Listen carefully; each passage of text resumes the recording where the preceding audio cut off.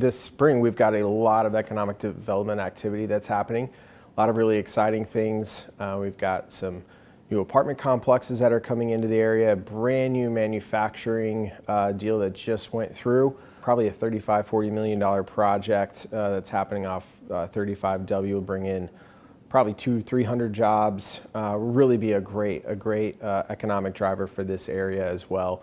We've got a lot of restaurants on tap too. Really excited about, I think we have maybe 4 or 5 in the pipeline right now. New restaurants, new development, just really exciting things like that happen. We're looking forward to a really strong summer in the city. You're going to start to see more and more construction around 109th and Lexington. There's going to be a large apartment complex going up.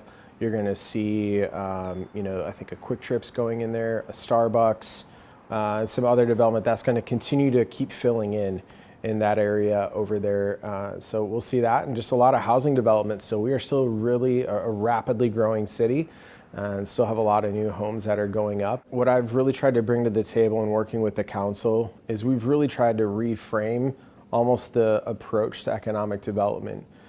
Really, we want to be very proactive. So in the areas where the city owns land or we have a lot more control over what could go into a specific area, we really want to work with development, really want to work with builders on a vision that we have for that particular area. And really trying to bring some of those things about that the city and the residents have been asking for and seeking for a long time.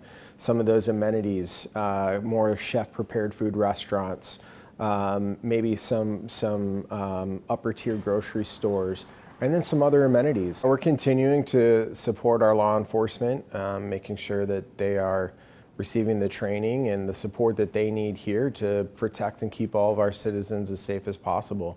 We're going to keep holding them to really, really high standards, and they're going to continue to deliver excellent public service for us.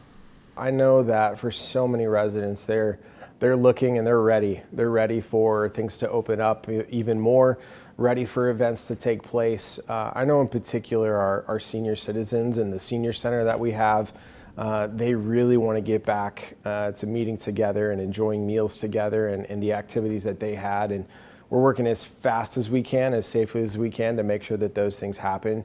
But we know, outdoor spaces seem to be much more safe. And so we want to be able to continue to support events that can happen safely. We want them to be able to happen. I think it's important that we begin to start taking the steps that we need to signal that life can open back up and we can get back to normal, but we need to do it safely. And so we want to be at the very forefront of the edge of where we can be to get people doing things together in community, doing things out and about. I think it's just so good for people's mental health and emotional health and physical health to be outside. And there's just something about being around other people and doing life together that's really, really important. So whatever we can do safely, we want to do that. So, a lot of things really depend on the significance of the event or depend on what events want to come to the city. And so we'll continue to work with vendors and events and see what can happen. I know, Joyful Noise is not going to happen this year, and that's a really big event that happens in Blaine. But in that July time period, we're looking at the 3M Open. It is going to be happening.